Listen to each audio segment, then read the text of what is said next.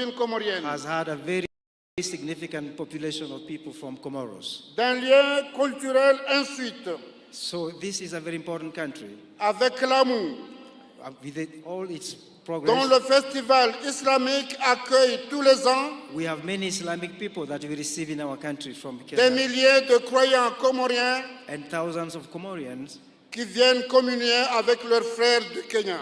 who live in harmony with the people of Kenya. Des liens diplomatiques enfin, Also in the diplomatic field, puisque depuis l'indépendance de notre pays, since independence of our countries, les Comores et le Kenya travaillent main dans la main Comoros and Kenya work hand in hand pour renforcer leur coopération bilatérale. to strengthen the bilateral collaboration. C'est fort de la sincérité de ces This- liens d'ailleurs This sincere initiative qu'en février dernier, has, for the last years, mon frère, le président William Ruto, created great opportunities a eu l'élégance de retirer la candidature de son pays, le Kenya, in supporting the candidature of Kenya also, pour laisser un pays frère, les Comores, for helping the Comoros présider notre organisation panafricaine to head the African Union pour l'année 2023. for the year 2023.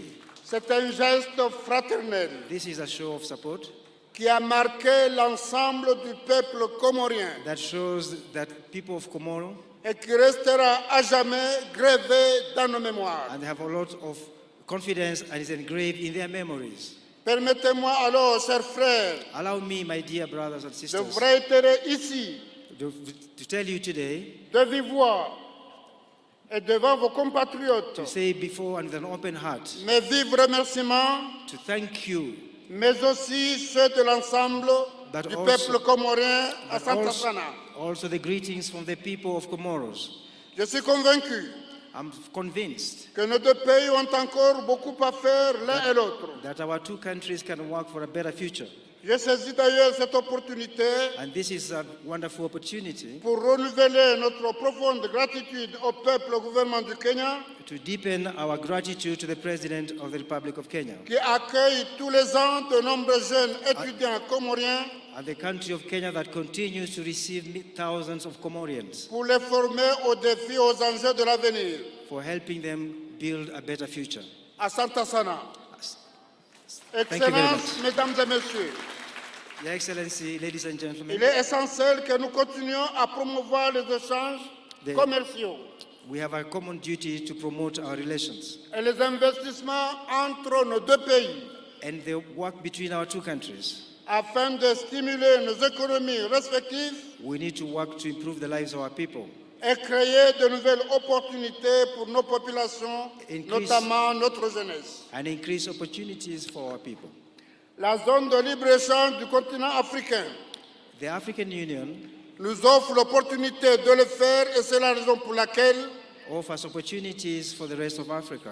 j'ai pris part avec vous avec un grand plaisir à l'ouverture du dialogue public-privé We encourage dialogue for promotion of peace.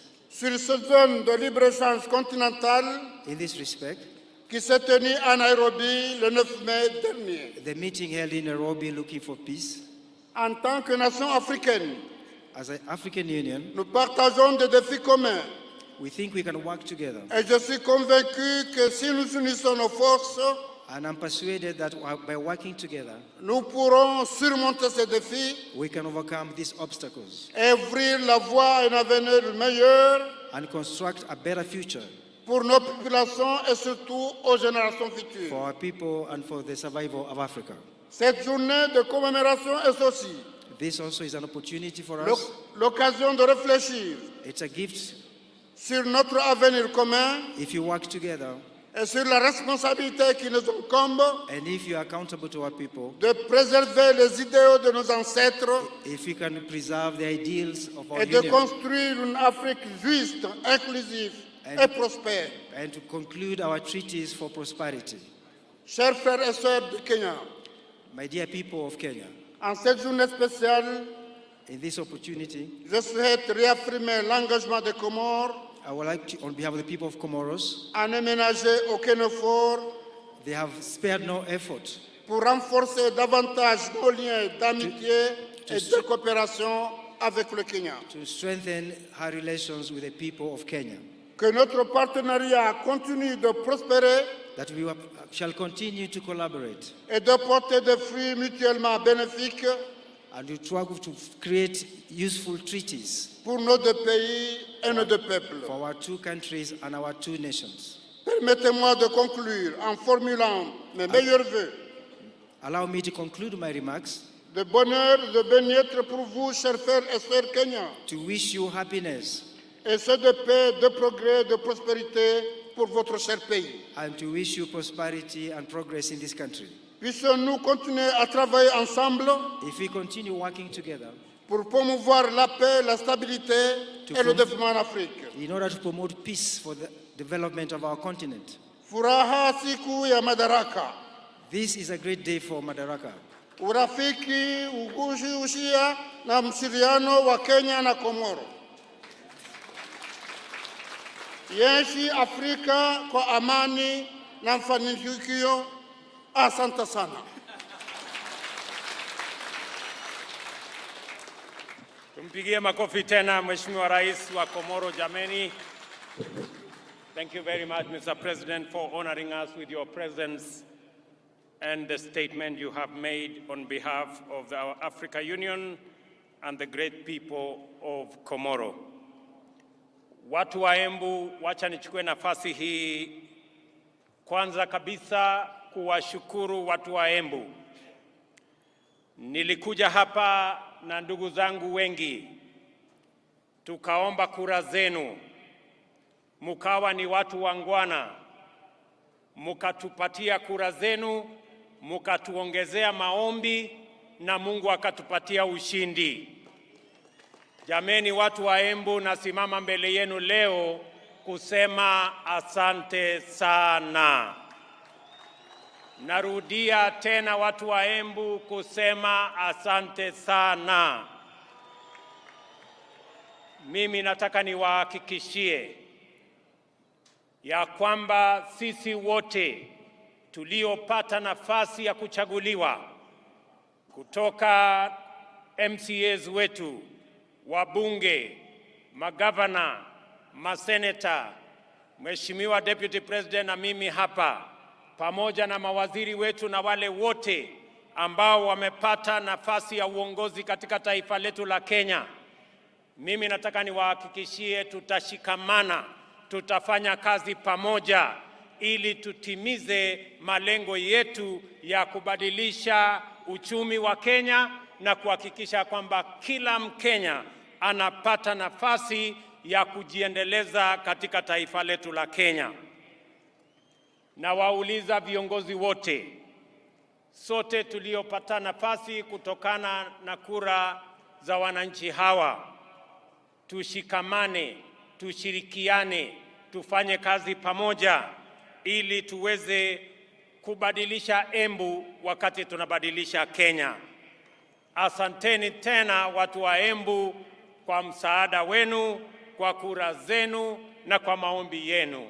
I want to say thank you very much to the great people of Embu County, as I thank all Kenyans who stepped forward to vote in the last election so that we, as the people of Kenya, can maintain our democratic credentials as a nation that is democratic, as a nation that is built on the firm foundation of multi-party democracy. And now it is our opportunity, all of us as leaders in government and in the opposition, to work together towards making our nation great. On this day, 60 years ago, Kenya formally gained its right of internal government. Madaraka, the mandate of majority African self-determination, was a major step forward. The emergence of this nation as a republic later that year. That first Madaraka Day then was the golden dawn of our country's sovereignty, freedom from colonial oppression, autonomy from racist repression, and liberty from foreign suppression. In fighting for our sovereignty, our noble freedom fighters had primarily waged a political struggle to liberate a people divided, humiliated, and impoverished under a predatory system whose institutions were vicious and extractive. So, although the freedom struggle was political and the first Madaraka Day represented political autonomy, every Kenyan African understood it to mean and to be the beginning of the hard and noble work of securing and enhancing social and economic freedom as well. For 6 decades now, the people of Kenya have worked hard with admirable diligence and unwavering determination to perfect the political freedom of their nation through sustained socio-economic progress. In this manner, Kenyans have reiterated their commitment to true freedom by complementing political freedom with freedom from want, freedom from suffering, freedom from ignorance, and freedom from indignity. Our forefathers' historic struggle to vindicate our God-given rights of self-determination entailed tremendous sacrifice and immense determination against a colossal adversary. Ultimately, they triumphed. Similarly, our war against underdevelopment, poverty, unemployment, indignity, and vulnerability has been daunting. Yet, we have made steady progress year after year over 60 years of freedom. At the heart of our struggle for freedom, both before and after independence, is the distinctively Kenyan spirit of determination that is nevertheless flexible, consistency which is innovative, pragmatism that is also hopeful, and faith strong enough to take chances. The sacrifices required were inspired by a spirit that is truly unique, which transcends ordinary decision-making. We recognize that spirit even now. It lives in the heart of every Kenyan who wakes up early to give their best, try their luck, knock on doors, and chase their dreams. We see it every day when we see traders, artisans, farmers, and other workers braving the scorching sun and enduring cold rain in pursuit of livelihood.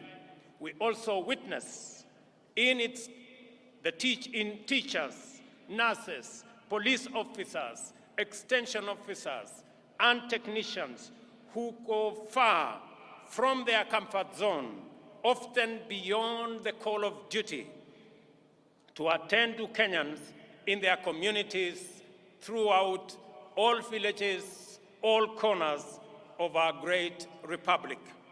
This noble ethic of willingness to struggle by working hard and embracing risk, and of determination to achieve positive change in great leaps as well as in little installments, has brought us far and will take us beyond the horizon of our destiny.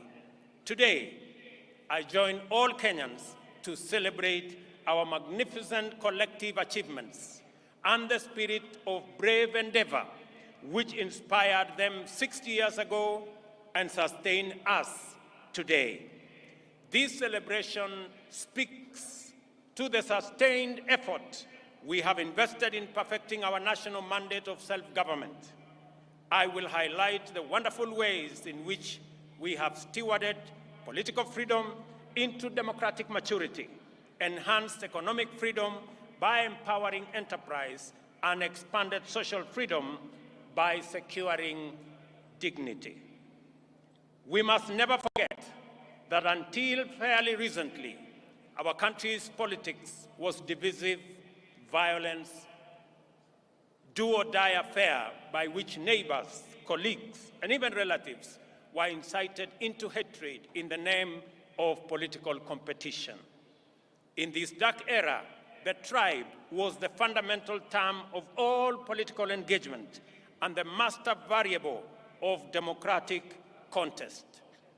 Many highly respected experts and eminent persons confidently affirmed that Kenyan politics is inherently tribal, and many leaders designed their political parties, policies, and campaigns on the basis of raw political appeals. Leaders also made sure that political discourse revolved around personalities and the private interests of a few privileged individuals and not the aspirations of the majority. Some used political parties as political vehicles to access the high table where important decisions were made and exploited their ethnic constituencies to negotiate a bigger share of public resources as well as positions of power and privilege in the service of private ends. For decades, Kenyans understood that this perverse political culture not only defiled our democracy, but also obstructed the spirit of daring and achievement, arresting our collective progress. The people of Kenya, therefore, yearned for freedom from the tyranny of political personality cults, toxic tribal discourse, and the violence they engendered. They desired a more unifying, cosmopolitan framework of engagement which promoted the expression of their shared aspirations, encouraged inclusive negotiations, and a collective means of pursuing them. In the last general election, the people of Kenya finally broke free. The campaign was conducted purely on the basis of important national issues, foremost of which were economic issues. Not only did Kenyans reject the all-divisive politics of tribe and tribal chiefs, but they also demanded and interrogated well-considered party manifestos with detailed plans for economic transformation. As a result, although the election was closely contested, it was the most peaceful in the multi-party era in Kenya. And I want to congratulate all Kenyans for being participants in this great feat. Our public discourse and political discussion and the agenda of social debate has changed for good. Substantive policy issues continue to define the national conversation well beyond the election. At the moment, there is a robust debate on the finance bill taking place everywhere in this country, in churches, social places, formal and informal workplaces, all media platforms, and busy markets, as well as in urban and rural gatherings. We are truly a trailblazing nation. Many countries struggle in vain to generate a national debate on public financing, taxation, or other policy issues. In Kenya, we have easily sustained intense discourse on the finance bill and the affordable housing policy for weeks now. The debate has remained issue-oriented, and there is no hint of divisive ethnic rhetoric at all. The cost of living is keeping all leaders, including myself, awake, and this is precisely as it should be. Superficially, the intense national debate on housing is not about whether it is a tax or a contribution. The attention sharply focused on the housing contributions is an implicit expression of ownership. People desire better information and stronger assurance regarding the custody, security, investment, and return on their money. That is phenomenal. People are interested. How will their money be? Will it be safe? Will it be stolen? How is it going to benefit them? And how are they going to get a fair return for their contribution? I want to assure the people of Kenya that those questions will be answered. More encouragingly, the discourse on public finances and housing fund has opened our eyes to our emergence as a stakeholder republic. Kenyans today, more than ever, are fully involved citizens in shaping public policies and making institutions accountable in the manner in which they run national affairs. This is the vision of Madaraka expressed in the first article of our Constitution: all sovereign power belongs to the people of Kenya. We have crossed a fundamental decisive threshold in the history of our political freedom and democratic maturity. Today, Kenyans of this generation honor patriots who went before us in this celebration of a noble and historic achievement. Kenya also set a new high in election management by deploying a secure, freely accessible public portal which accurately and faithfully relayed vote tallies in the last election, enabling Kenyans, and indeed anyone else, to compare and verify tallies and ascertain results. This enabled the IEBC to credibly declare and certify the winners of elections and to establish before court, in response to petition by dissatisfied candidates, that the elections met the constitutional threshold as simple, accurate, verifiable, secure, accountable, and transparent. In fact, the openness and credibility of the 2022 election are affirmed by the fewer petitions filed, 124 petitions compared to 303 petitions in 2017. The economy was the most important issue on which the last election was canvassed. The people of Kenya, in their multitudes, made their voices heard, their ideas clear, and their desires known. From Busia to Banisa, Lokichogio to Lamu, Magadi to Moyale, Mandera to Migori, and everywhere in between, the people said they wanted to transform our economic system, democratize opportunity, enhance inclusion, and reduce exploitation. Instead of the traditional campaigning of confrontation, incitement, and division, the last campaign became a sustained national debate on the most pertinent economic issues: the millions of our unemployed youth, access to affordable credit, inclusive financing, promoting the robust expression of the legendary Kenyan hustling spirit through MSMEs, and the facilitation of individual enterprise by enhancing market power through collective interventions like the Chama and SACCO. This is how Kenyan entrepreneurs desired to secure access to credit, do savings, access the market, social security, and health insurance.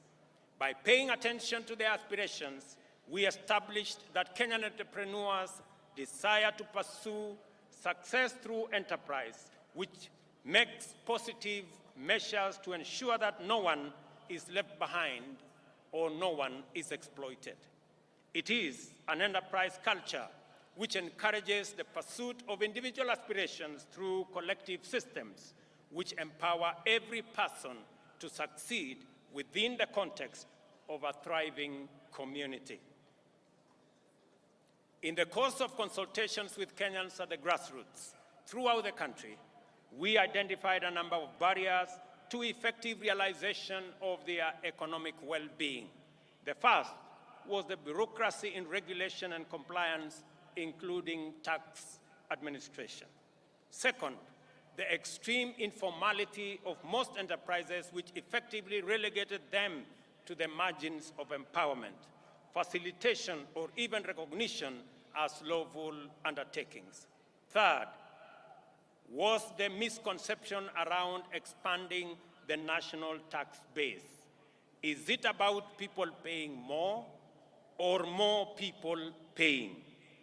The answer lies in empowering more Kenyans to enter the taxable income category through intentional effort to create millions of new jobs and millions of new taxpayers in due course. Fourth, a huge number of Kenyans, about 10 million, had either been blacklisted by the credit reference bureaus, over inability to pay loans, advanced by financial technology platforms, or were struggling to pay.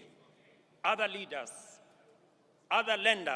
required hefty securities and valuable assets as collateral, yet these struggling entrepreneurs required financing to acquire such assets.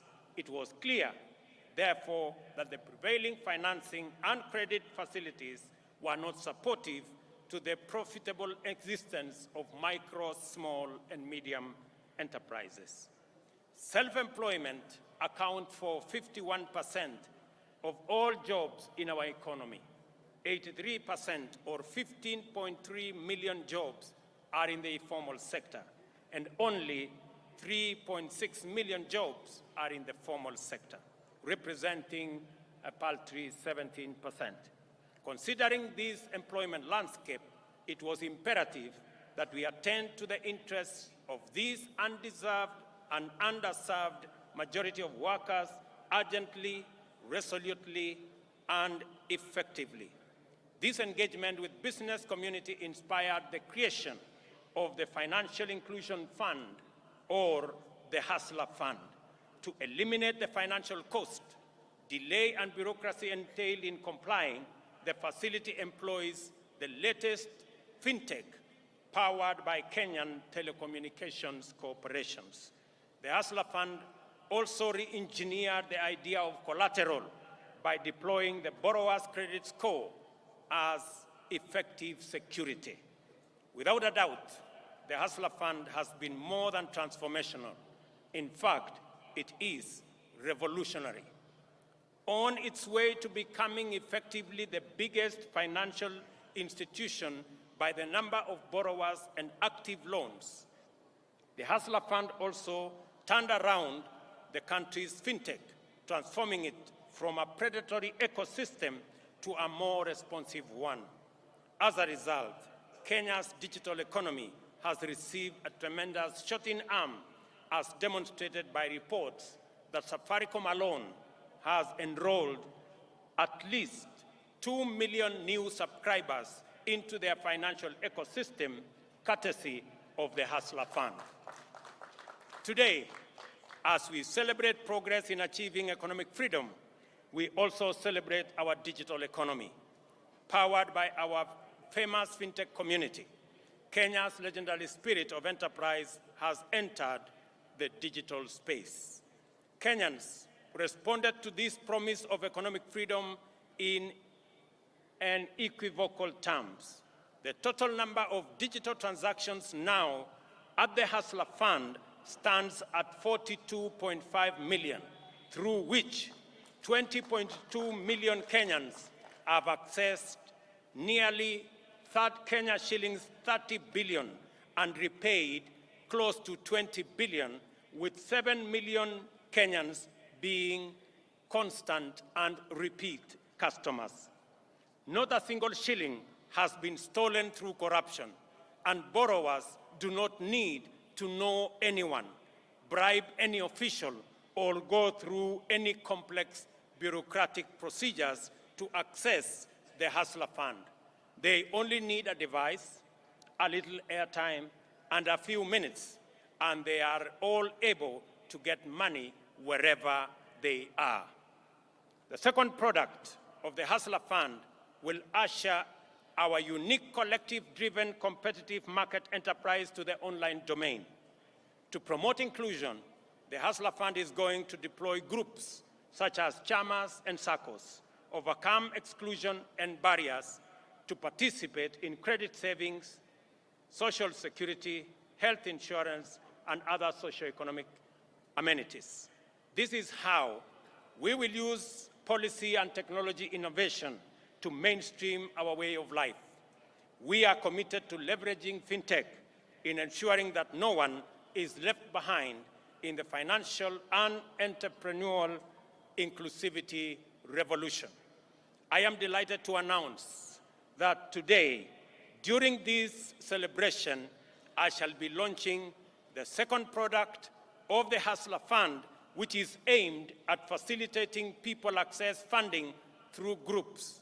I am sure that this will be very good news to my good friend Shiko in Madaraka market, who, like many informal business entrepreneurs, were ready for this innovation even before we launched the first Hustler Fund product.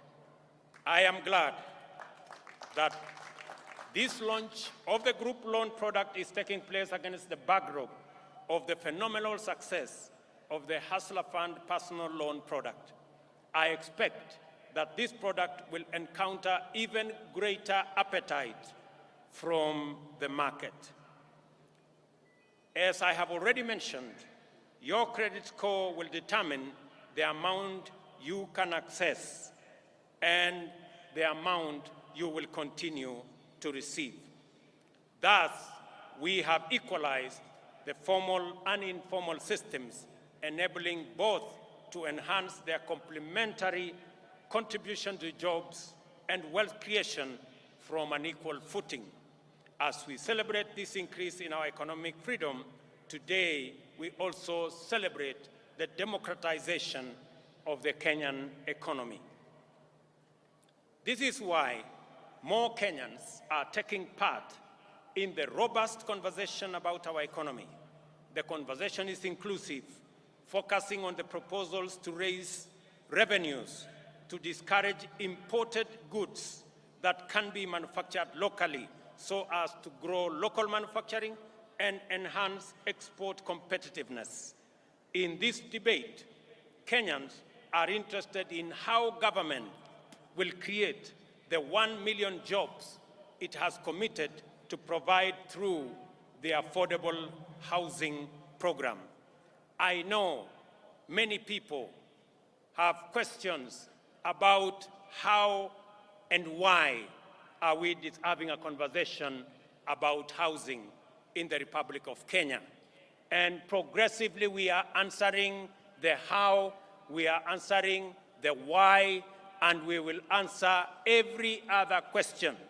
Because right here in Embu, and as we do in every part of Kenya, we have our own citizens, millions of young people who do not have a job. We have 5 million Kenyans across Kenya, young people out of school, out of college, out of universities who do not have a job. It is our collective responsibility to think about the 5 million young people in Kenya who today walk our streets, walk our villages, in our townships, in our markets, and yet they do not have an opportunity to deploy their energy, their knowledge, their education in making a difference in their lives and making a difference in our nation. And I want to encourage all of us as the people of Kenya, as we look into these slums, 7 million Kenyans who live in slums, in indignity, without toilet, without running water, without roads. How is it my business? Let me ask the people of Kenya, if our freedom fighters, the people who made the ultimate sacrifice and lost their lives in liberating our nation, if they had asked the question that how is it their business, today we would continue to have been slaves of our masters if they asked themselves that question.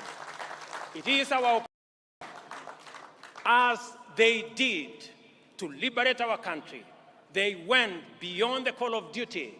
They did not ask how is it their business to make the ultimate sacrifice to liberate our country. I want to ask every citizen, it is our responsibility collectively to think, to plan, and to ensure that the 5 million young people in our country who today do not have jobs have jobs. It is our responsibility to ensure the people, 7 million of them, who live in our slums, including Shauri Yako here in Embu. I was here last week and I was informed about Shauri Yako. The people who live in Shauri Yako deserve a decent house, and it is our responsibility as we implement the housing plan, not just to create jobs, at least 1 million jobs every year.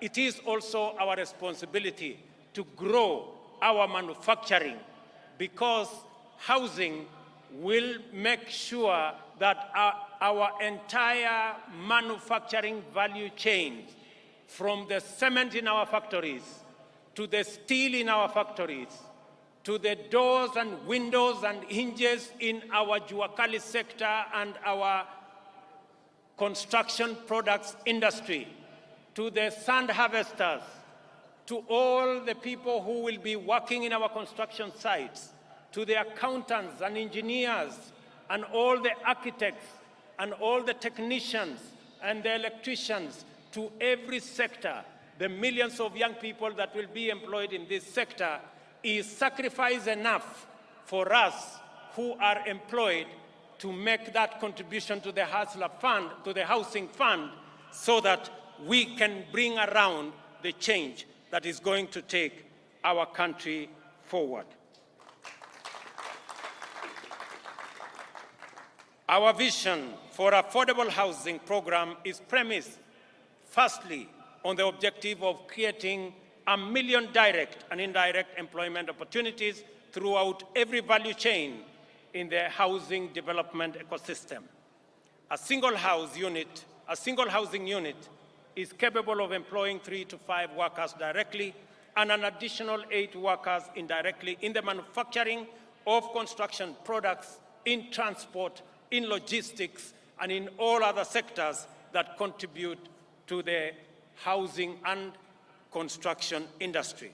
Secondly, the objective of affordable housing is to increase the number of homeowners and to transition more Kenyans from rent-paying in informal settlements, in slums, and we have 1,411 slums in Kenya. We should transition those people, my countrymen and women, into homeowners. They should live in dignity like the rest of us, because we owe them a duty of citizenship and a duty of comradeship as we live in one country. I want to ask every parent, I want to ask every Kenyan that rather than ask, how is it your business? We must know that it is our business, because the 5 million young people are our children. They are our citizens. They pay taxes. And when we transition them into jobs, we are building a bigger pool of taxpayers. The conversation we have today in Kenya is different. I did promise the country 3 years ago that we are going to change the conversation. That the conversation is not going to be anymore about leaders. It is going to be about citizens. It is going to be about those who do not have jobs. It is going to be about our manufacturing. It is going to be about the millions who live in informal settlements. It is going to be about the people. I told the country that we are going to change the conversation. It is not going to be about changing the constitution and creating positions for leaders. It is going to be about changing the economy and creating opportunities for millions of young people, including the many who are today in our streets and villages, the millions of young people who are looking up to us to provide them with opportunities to work. It's going to be about the ordinary people who work in the manufacturing sector, the people who also wants to contribute, to be taxpayers, but because they have no jobs, they cannot pay tax. I promise the country that it is not going to be about sharing power. it is going to be not about sharing power by the elite and by leaders. It is going to be about empowerment of every citizen, empowering our farmers to produce more so that we can get ourselves into food security, empowering our young people with jobs so that they too can contribute meaningfully to our economy and meaningfully to our taxpayers. It calls for us the empowerment of every citizen and every business person so that we can contribute to the economy of our country. I want to promise you, ladies and gentlemen, that that effort is on course, and together we are going to move in that direction. To enhance our national productivity, we are prioritizing the consolidation, processing, and value addition of our agricultural products. You just heard my dear sister, Governor of Embu, say, right here in Mashanga, we are going to build an aggregation and industrial park so that the people of Embu, and as we do it in Embu, we are doing it in every county in the Republic of Kenya. Last week, we advertised the first 14 agricultural aggregation and industrial park that will be built in every county so that we can consolidate our agricultural produce. We can provide for value addition. We can provide for agro-processing.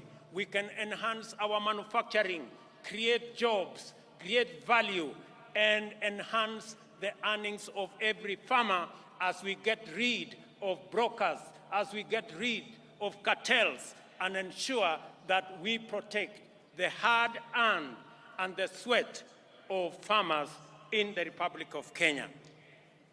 Additionally, the government of Kenya will step up the establishment of 5 additional export processing zones in the coming year in Sagana, in Thika, in Joro, in Eldoret, and in Busia to complement the one in Athi River, the one in Dongokundu, and the one in Naivasha, because we believe that additional processing capacity, focusing on our exports that have come down in the last 10 years from 28% of our GDP to just around 10% of our GDP, that we need new impetus, we need new thinking, we need new infrastructure to be able to drive our exports.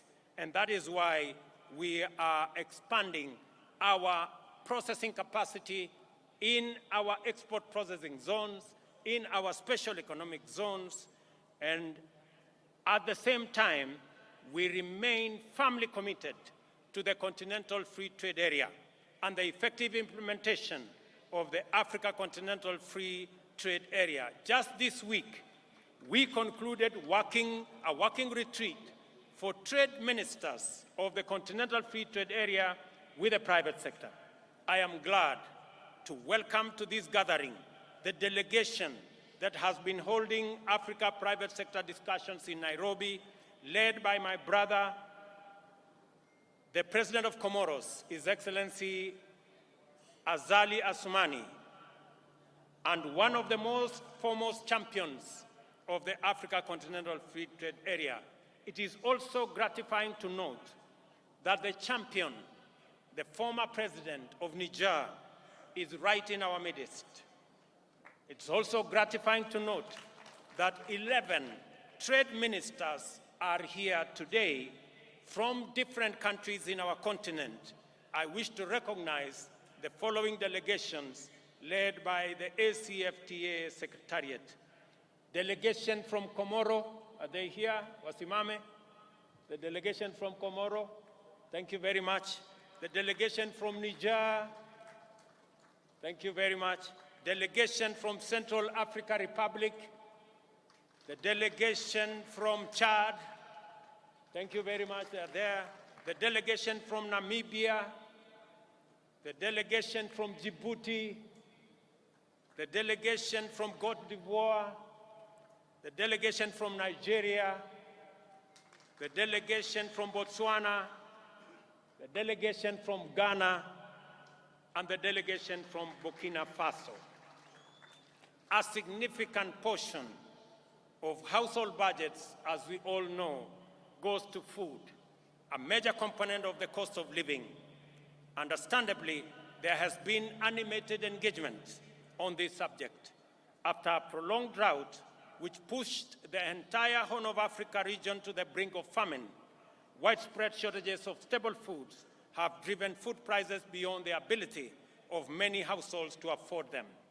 Enhancing food production is an intervention with multiple fundamental implications.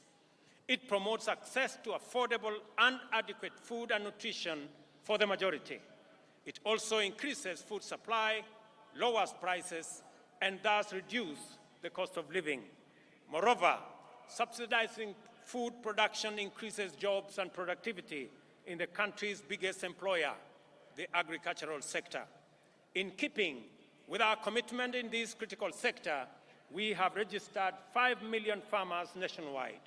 These farmers immediately became eligible to receive subsidized fertilizer, and those who stepped forward received their full fertilizer requirement, unlike in past seasons when the allocations were rationed. As a result of these measures, Kenyan farmers have been able to plant an extra 200,000 acres this year by using an additional 2 million kilos of seed beyond what was planted. The cost of fuel locally rises steeply. Transport, as a component of household budget, is affecting the cost of living. We have to liberate Kenyans from the reliance on transport that depends on petroleum. For this reason, we are rolling out an electric vehicle public transport system which will bring down the cost of transport significantly. Our border industry is about to experience inclusive transformation through the introduction of more efficient, affordable, and clean vehicles. With this intervention, owning and operating a border will become affordable, secure, and profitable. I am eager that this information reaches the seconder of my presidential nomination, Mr. Calvin Ochieng, who operates in Kilimani, so that he can escalate his hustle to the next level. I have some good news for my border friends. When I went around the country, they stepped forward and they told me they are victims of an exploitative financing system. I want to tell them, my good friends, I have some good news for you.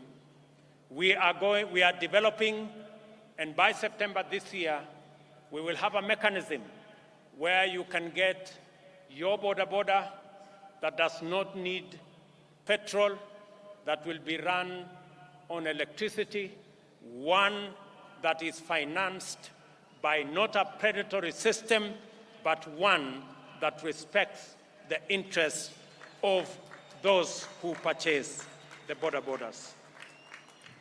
A healthy nation is liberated from human suffering and empowered to pursue their livelihoods and dreams without the hindrance and underperformance associated with ill health.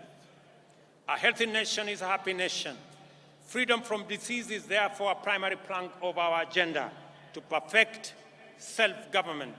We are committed to do affordably, inclusively, and in a manner that enables Kenyans to receive quality medical attention from the comfort of their homes. Towards this end, we are reforming the National Health Insurance Fund to meet the urgent needs of Kenyans at the bottom of the socio-economic structure by actualizing its purpose as a social medical insurance facility.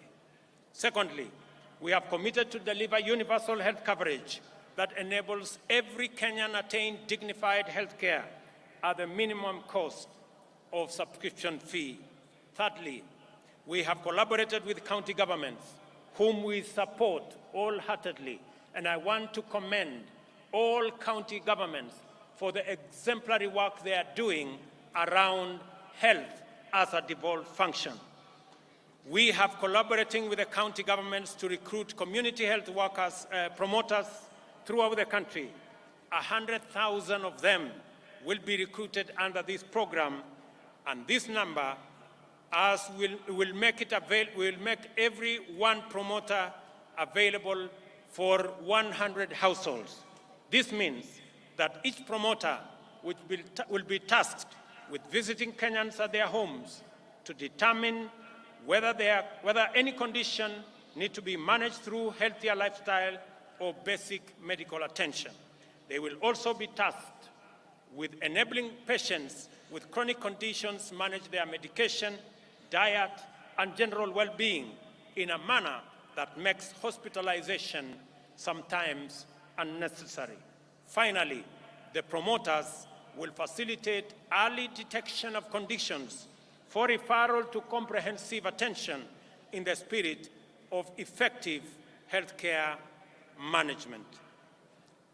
Ladies and gentlemen, the imperative of Madaraka mandates us to build a strong, democratic, prosperous nation through the successful pursuit of high productivity and competitiveness.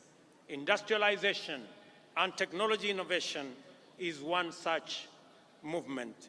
All these things require people who are all empowered with knowledge, skills, and understanding, not only to effectively participate as informed citizens over democracy, but also to pursue meaningful livelihoods and perform their share of economic production, and even go further and imagine, create, and build the Kenya of our future. Education, therefore, matters for our freedom and self-reliance, and is the enabler and optimizer of every other undertaking. We have taken all possible measures and pursued every available option to actualize our vision to make education at all levels accessible, affordable, and inclusive, and removed social and economic barriers to the attainment of the highest education by all Kenyans. Beyond subsidizing primary and secondary education in all our public primary and day secondary schools, we have reimagined higher education financing to deliver equity and broader access to all Kenyans, with special attention to enabling the most vulnerable learners to realize their right to education. We have also employed 35,000 teachers in a historic and unprecedented drive to improve the national teacher-pupil ratio and enhance performance. Additionally, we are redesigning the competence-based education curriculum to make it responsive to our education needs at the point of our social, cultural, and economic development. Finally, the National Open University will obtain its charter in the course of this month, and as we speak, courses are being uploaded for commissioning, and later this year, Kenyans will have the opportunity to go to university from the comfort of their homes online. For long, tertiary education in Kenya has been a privilege for the most fortunate, while university education was the exclusive entitlement of the elite. Not anymore. A month ago, I unveiled a new funding model for higher education that will make the universities and technical training fully inclusive, financially robust, and capable of competing with their peers globally while contributing to our national socio-economic transformation through innovation, research, and development. The model is aimed at financially supporting increasing numbers of students enrolling in these institutions and ensuring that those from households at the bottom of the socio-economic structure enjoy equal education opportunities. The eternal conundrum of Kenya's integrity agenda revolves around the question of who will watch over the trustees of public interest and who will watch over the watchman. These questions do not arise because we have low trust. Rather, they exist because we have high expectations. Given that these expectations are legitimate, in a technologically driven new millennium, we are increasingly resorting to technology as the answer to our transactional efficiency challenges. From the election results portal for our democracy to the Hustler Fund for MSMEs and the means testing instrument for higher education, as well as registration of farmers and distribution of fertilizer, digital technology is enabling the government to deliver services efficiently and to give citizens confidence that the system is fair and incorruptible. We must therefore take a moment today to celebrate technology in general, and in particular, Kenyan fintech and other innovations that are making it possible for us to serve Kenyans to the best possible standard. I remind all Kenyans who work in technology and everyone who uses technology that our forefathers fought with basic technology against a technologically superior superpower and won our freedom. We have a duty to deploy the best innovations and technologies to make Kenya efficient, competitive, and prosperous.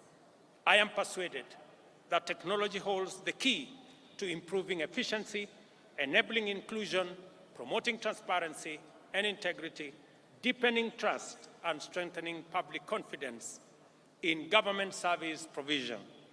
This is the reason why we are digitizing government information and taking public services online.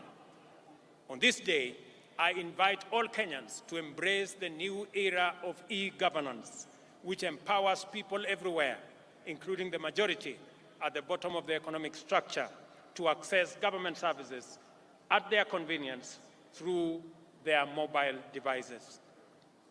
Since the advent of e-citizen, government gradually increased the number of services available on the platform from 391.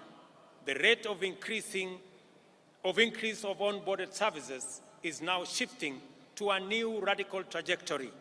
Today, 3,770 services have been onboarded and fully operational. Another 3,000 are on course to be completed. We expect 5,000 services to be online by the end of this month.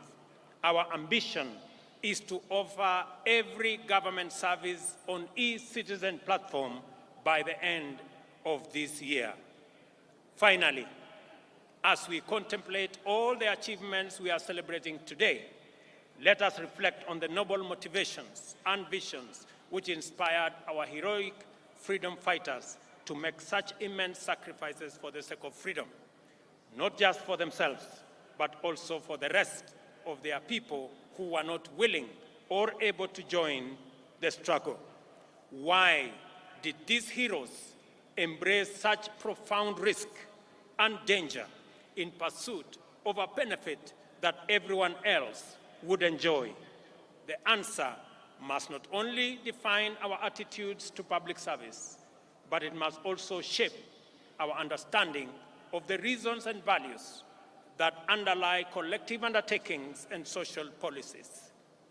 For our freedom fighters, a country in which anyone was unfree and oppressed was not worth living in. We have a duty to translate these truths into our political, social, and economic affairs. Our collectivist spirit that anchors competitive individual enterprise encapsulates this magnificent ethos. We owe each other certain duties as members of a community that we call a nation. Whenever we can do anything to make another person's life better, at no or little cost to ourselves, we have a solemn obligation to proceed and do it. There is a fundamental level at which we are morally obligated to think about our duties to the unemployed youth, vulnerable communities struggling in slums, and other people at risk of exclusion. Their struggle for dignity as human beings appeals to our duty of moral consideration. Their complicated pursuit of livelihood can potentially complicate our stable prospects. No human is an island.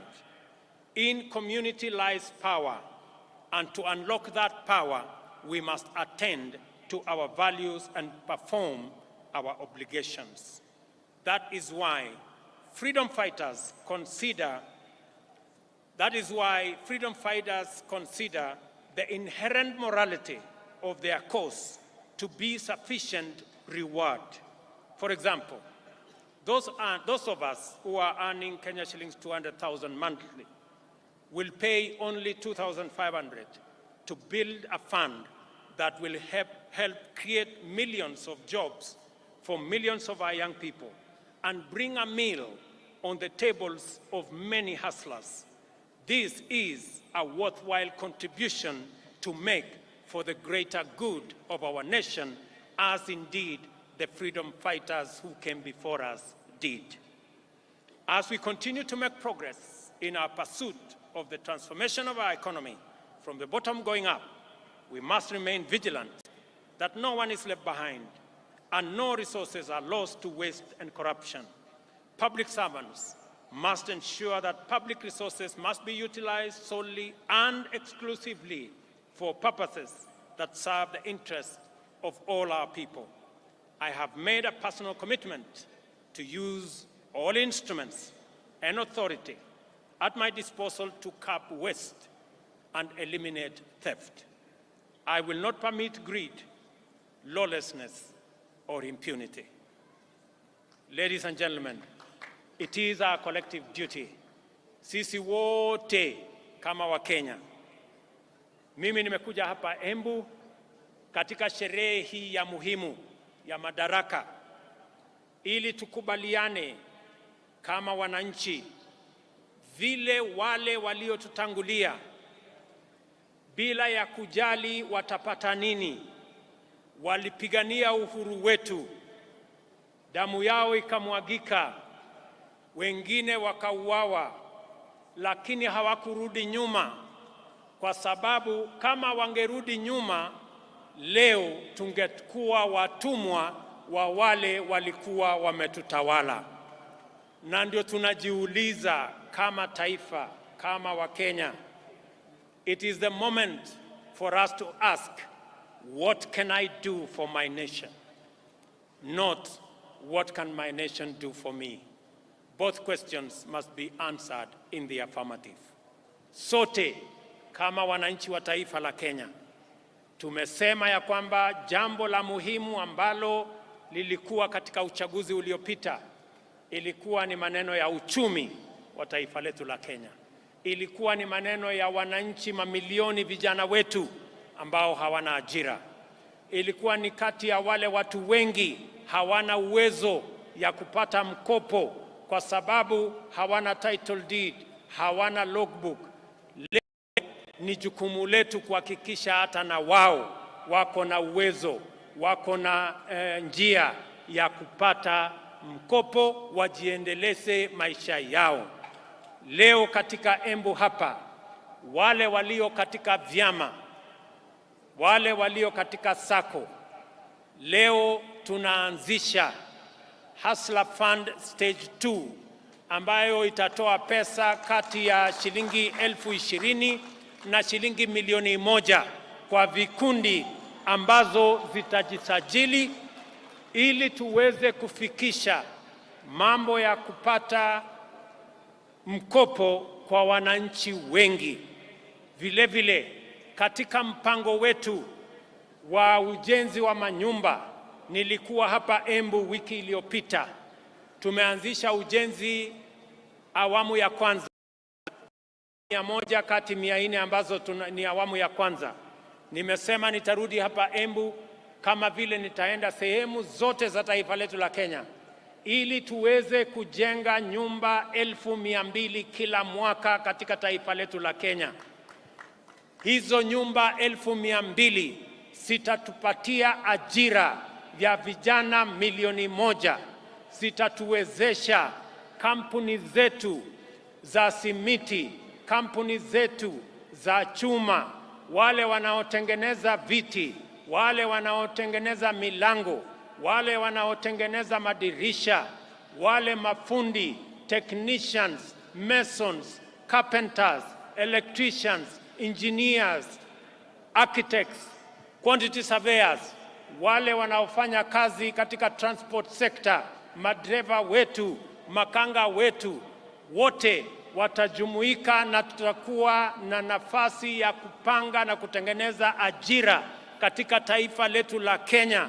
Tuwaondoe vijana wetu ambao wako mitaani, wako masokoni, wako katika vijiji, wamemaliza shule, wamekamilisha college, wamemaliza university, lakini hawana ajira. Ni jukumu letu kama taifa kupanga ili vijana milioni 5 wasiokuwa na ajira katika taifa letu la Kenya, na wanaongezeka 1,800 kila mwaka, tuwapangie ajira, wajisimamie na watusaidie kuendesha taifa letu, na pia wao wachangie katika kulipa ushuru, tuweze kujiondoa kama taifa kwa madeni na tujisimamie kama taifa letu la Kenya. Na wauliza Wakenya wote, jameni,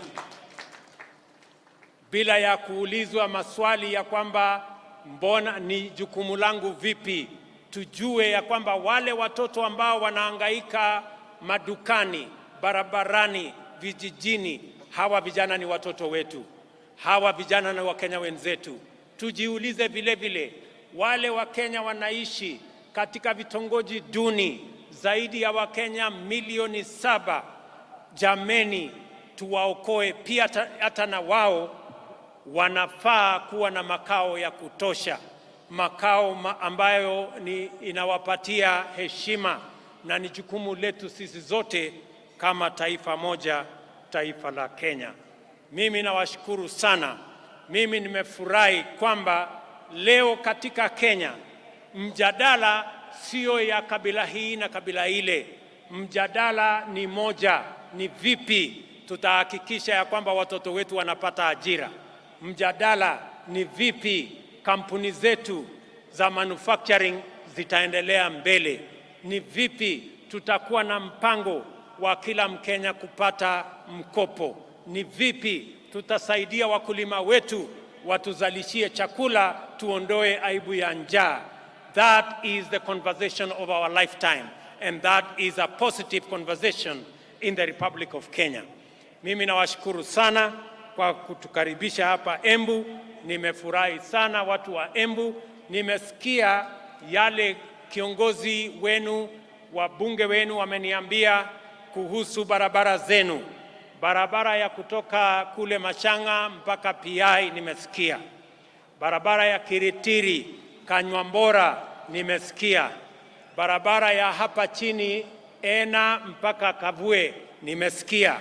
Na haya mambo yote tutajipanga, na sote tukiwa na mpango huu, tukipanga vizuri vile tutakuwa na pesa ya ushuru ya kupeleka taifa letu la Kenya mbele, tutajiondoa kwa madeni na tutakamilisha miradi yetu yote. Nimewasikiza vile vile kuhusu mambo yenu ya maji. Najua na mnaelewa ya kwamba tuko na mpango ya mambo ya maji. Hapa Embu tuko na dam ambayo tutajenga pale Kamumu. Tuko na dam ya Dhambana, tuko na dam ya Dhoshi, na tuko na dam zingine ndogo ndogo ambazo tutakubaliana na viongozi wenu, wabunge wenu pamoja na county government yenu. Iko katika mipango yetu. Haya mipango yote ni kwa manufaa yenu, na ni jukumu letu sote tuungane kama watu wa Embu, kama watu wa Kenya, ndio tuweze kutekeleza haya mambo mazuri yote ambayo yatatupeleka mbele kama taifa letu la Kenya. Najua vile vile mjumbe wa kutoka kule mbele aliniambia kuhusu barabara ya Kikunyari, Karii, Ishara. Pia hiyo barabara tutaishughulikia, na zile zingine zote ambazo hazijatajwa hapa. Mimi nataka niwaambie ya kwamba tuko pamoja, tutashirikiana pamoja. Watu wa Embu tumekubaliana?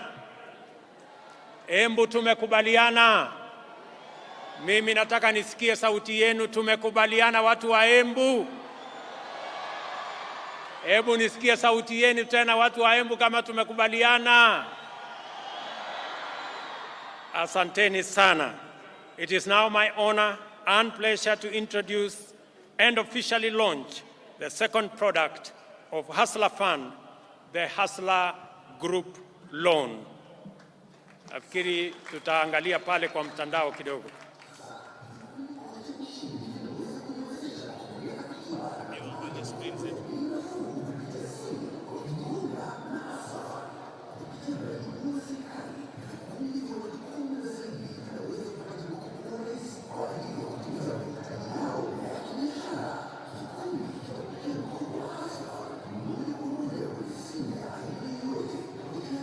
Bila kujaza fomu au kutuzo dhamana, maelezo ya credit score tumwa kwa wanachama wote.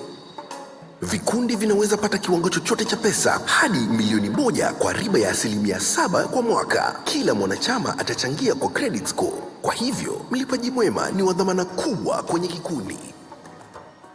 Kila wanapolipa haraka, kiwango cha mkopo cha kikundi kinaongezwa. Kusajili kikundi chenyu kwa Hustler Fund, mwenyekiti anafaa kubonyeza *254#. Chagua Hustler Groups. Bonyeza 1 kuchagua kikundi chake na akubali masharti ili aweze kupata mikopo na kuwatumia wanachama wenzake. Hustler Fund, jiinue, jiendeleze. Asante sana. Tunashukuru sana. Thank you very much. God bless you, the great people of Embu. God bless our great Republic of Kenya. Asanteni sana watu wa Embu.